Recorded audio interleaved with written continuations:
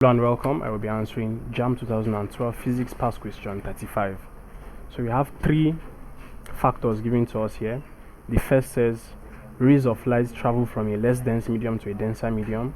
Second says the angle of incidence is greater than the critical angle. 3 says rays of light travel from a denser medium to a less dense medium.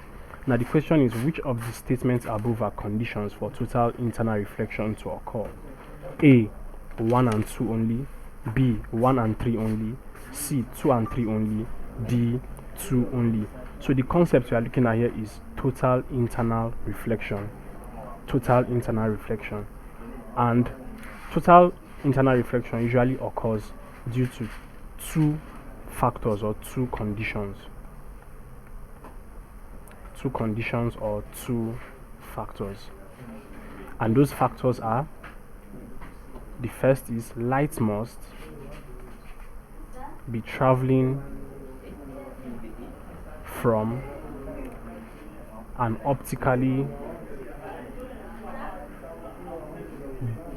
denser medium to a less dense medium. And then the second factor or condition is the angle of incidence in the denser medium must be greater than the critical angle. So these are the two conditions for total internal reflection to occur. Now, from the items given to us, the first says rays of light travels from a less dense medium to a denser medium. So this is not correct as a condition for total internal reflection, because like one of the conditions we mentioned, it must be traveling from a denser medium to a less dense medium. So this is not correct. Now 2 says the angle of incidence is greater than the critical angle. Like the second point we mentioned, angle of incidence in the denser medium must be greater than critical angle. So that is correct.